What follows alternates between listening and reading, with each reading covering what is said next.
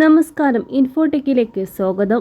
ബില്ലുകളിൽ തീരുമാനം വൈകിപ്പിക്കുന്നതിന് ഗവർണർക്കെതിരെ നൽകിയ ആദ്യ ഹർജി പിൻവലിക്കാൻ കേരളം സുപ്രീം കോടതിയുടെ അനുമതി തേടി.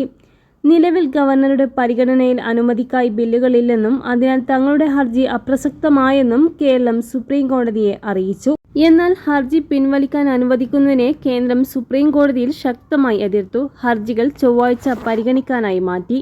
നിയമസഭ പാസാക്കിയ ബില്ലുകളിൽ തീരുമാനം വൈകുന്നതിനെതിരെ കേരളം സുപ്രീം കോടതിയിൽ 2 ഹർജികളാണ് ഫയൽ ചെയ്തിട്ടുള്ളത്.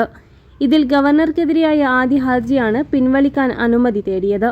ഗവർണർ ബില്ലുകൾ രാഷ്ട്രപതിയുടെ പരിഗണനയ്ക്കായി അയച്ചത് ചോദ്യം ചെയ്താണ് രണ്ടാമത്തെ ഹർജി.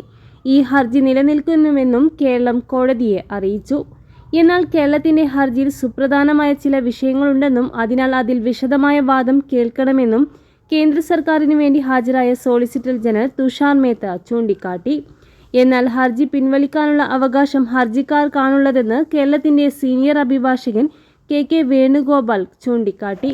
എന്നാൽ ഹർജി പിൻവലിക്കാൻ അനുവദിക്കുന്നതിനെ തുടർന്നും ശക്തമായി തുഷാർ മേത്ത എതിർത്തു. തുഷാർ മേത്ത ആവശ്യപ്പെട്ടതിനെ തുടർന്നാണ് ഹർജി പരിഗണിക്കുന്നത് അടുത്ത ചൊവ്വാഴ്ചത്തേക്ക് മാറ്റിയത്.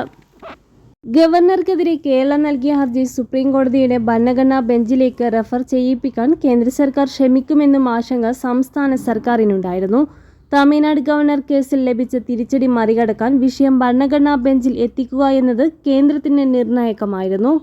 ഈ സാഹചര്യത്തിലാണ് തങ്ങളുടെ ആദ്യ ഹർജി പിൻവലിക്കാൻ കേരളം തീരുമാനിച്ചത് എന്നാണ് സൂചന. തമിഴ്നാട് ഗവർണർ കേസിലെ വിധിക്കെതിരെ കേന്ദ്രം വൈകാതെ പുനഃപരിശോധനാ ഹർജി നൽകുമെന്നാണ് സൂചന.